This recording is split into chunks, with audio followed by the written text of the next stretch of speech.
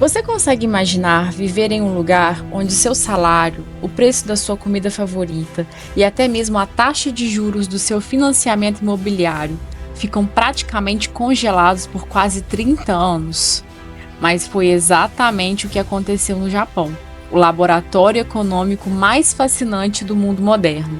Hoje vamos mergulhar em uma história que vai da riqueza exuberante, o milagre econômico dos anos 80, quando parecia que o Japão estava prestes a se tornar a maior economia do mundo, até o experimento mais radical já realizado por um banco central. Neste vídeo, vamos descobrir como o Japão passou de potência econômica a uma terra de estagnação, o que são juros negativos e por que o Banco do Japão tomou essa medida drástica, como finalmente o Japão está virando a página crucial de sua história, e o que essa recente mudança na política monetária significa para o Japão e para a economia global. Essa é a história de como o Japão se tornou o maior experimento monetário do mundo e o que podemos aprender com ele.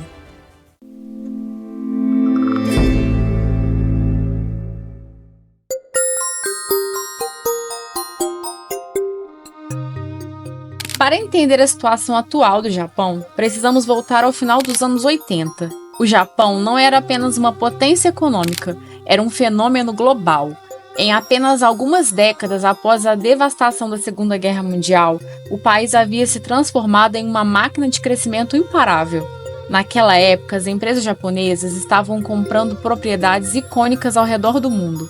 Sony comprando estúdios de Hollywood, investidores japoneses adquirindo o Rockefeller Center em Nova York.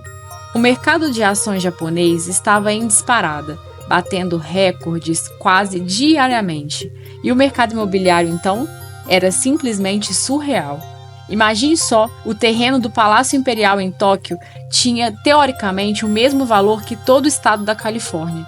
Sim, você ouviu certo. Um único terreno em Tóquio equivalia a todo o estado americano. Os japoneses estavam nadando em dinheiro e o consumo de luxo estava no auge. Mas então veio a queda. Em 1989, o Banco do Japão, preocupado com a bolha especulativa, aumentou drasticamente as taxas de juros. O governo também implementou medidas para esfriar o setor imobiliário. A intenção era apenas desacelerar o crescimento, mas o resultado foi catastrófico. O índice Nikkei despencou para metade do seu valor máximo. Os preços dos imóveis desabaram. O que deveria ser uma aterrissagem suave se transformou em um pouso forçado. O milagre econômico japonês chegou ao fim de forma abrupta e dolorosa. O que se seguiu foi o que os economistas chamam de década perdida, embora na realidade tenha durado muito mais tempo. A economia japonesa entrou em estagnação, com crescimento mínimo, salários congelados e deflação persistente. Uma geração inteira de japoneses cresceu sem nunca experimentar a inflação ou aumento de salários, algo impensável em qualquer outro país desenvolvido.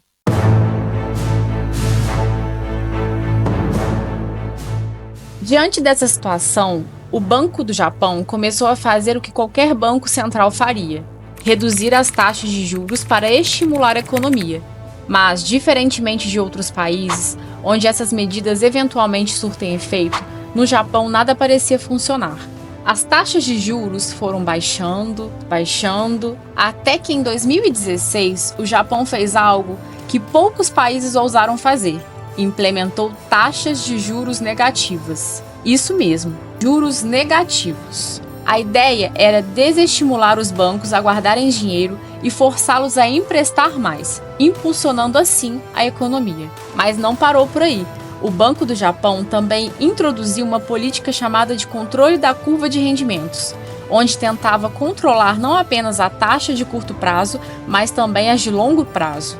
Era como se quisessem comandar completamente o mercado financeiro. O Banco Central também iniciou um programa agressivo de compra de títulos do governo, e até mesmo ETFs. Em poucos anos, o Banco do Japão tornou-se proprietário de uma fatia significativa da Bolsa de Valores japonesa e de quase metade dos títulos do governo em circulação. Era um experimento sem precedentes na história da economia moderna. Enquanto a maioria dos países utilizava políticas monetárias convencionais, o Japão estava explorando territórios completamente desconhecidos. E como avaliar o resultado desses experimentos? Mediano, na melhor das hipóteses. Apesar de todas essas medidas radicais, a inflação continuava abaixo da meta de 2%. As empresas japonesas, em vez de investir no próprio país, começaram a buscar melhores retornos no exterior. O Japão até se tornou o maior detentor estrangeiro de títulos do Tesouro Americano, superando a China. A economia japonesa se tornou uma espécie de bela adormecida, esperando um beijo mágico que a despertasse do seu longo sono econômico.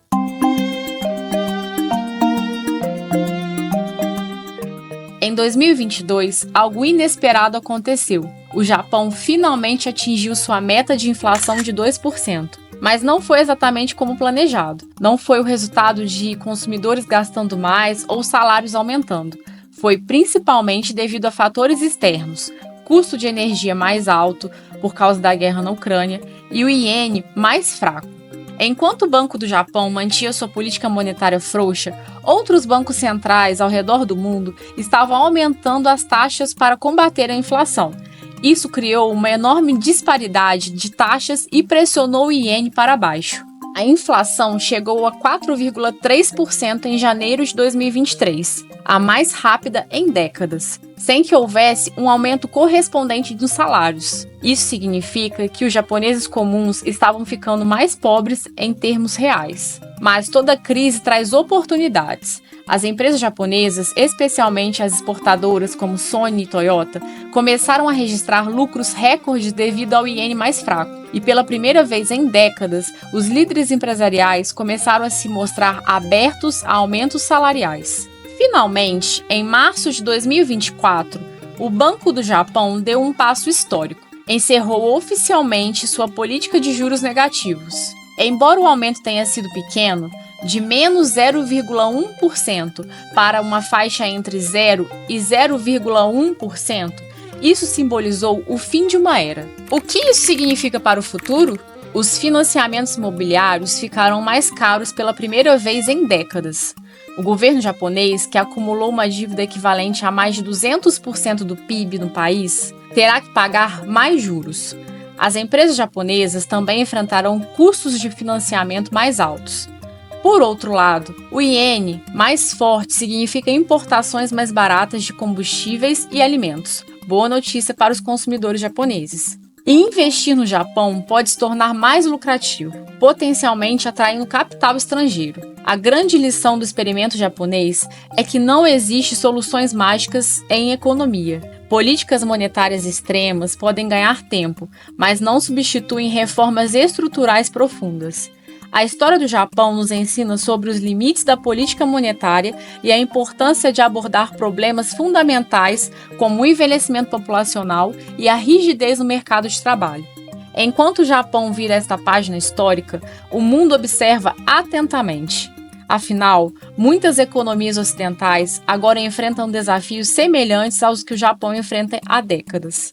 Crescimento lento, envelhecimento populacional e níveis elevados de dívida pública. O experimento japonês pode ter terminado, mas suas lições apenas começaram a ser compreendidas.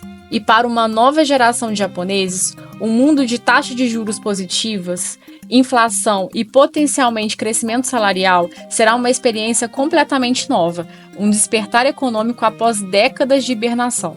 A economia japonesa em 2025 está em uma fase de transição significativa. Após décadas de estagnação e políticas monetárias, o país experimenta inflação acima da meta e crescimento salarial robusto, levando o Banco do Japão a normalizar gradualmente a sua política de juros. As perspectivas de crescimento são moderadamente positivas, mas existem riscos importantes ligados à inflação persistente. A dinâmica do iene e, principalmente, as incertezas políticas e econômicas globais, como as políticas comerciais dos Estados Unidos e a saúde da economia chinesa. E você, o que acha que vai acontecer com a economia japonesa agora?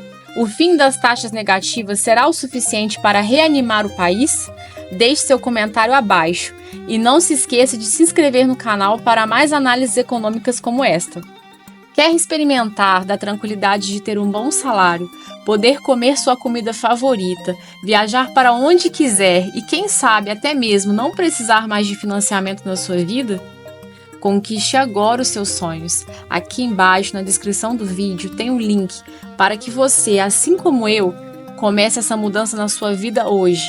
E para saber sobre a crise que ameaça a identidade da nação portuguesa e até mesmo o sonho português, clica no vídeo que vai aparecer agora na sua tela e eu te encontro lá daqui a alguns instantes. Até mais!